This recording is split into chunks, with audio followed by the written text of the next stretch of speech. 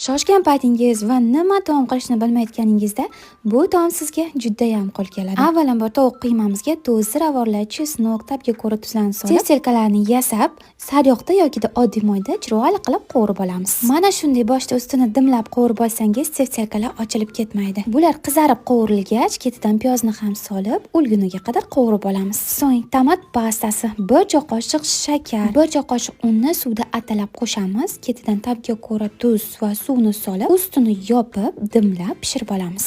Ko'pchilik obunachilarim gazda reshotkasini qanday tozalaysiz deb savol berishadi. Yaqinda o'zim ham universal bitta sredstvo topib oldim. Juda ham zo'r narsa ekan. Kun ustidan issiq suvni qo'yib, shundaygina ishqalab tashlasangiz, juda ham zo'r bo'lib yog'larni eritar ekan. Ayniqsa zararsiz va xlorsizligi juda ham zo'r ekan. To'g'risi, Crystal Freshga gap bo'lishi mumkin emas devordim. Ovqat pishgunigacha har xil garnirlarni yoniga qilsangiz bo'ladi. Masalan, guruch, grechka va yana shunga o'xshashlar. Men esa kartoshka pyure va qovurilgan kartoshkadan foydalandim. To'g'risi, bu darajada mazali bo'ladi deb umuman o'ylamagandim. Siz ham albatta tayyorlab ko'ring, inshaalloh betida o'xshab chiqadi. Barchangizga yoqimli ishtaha.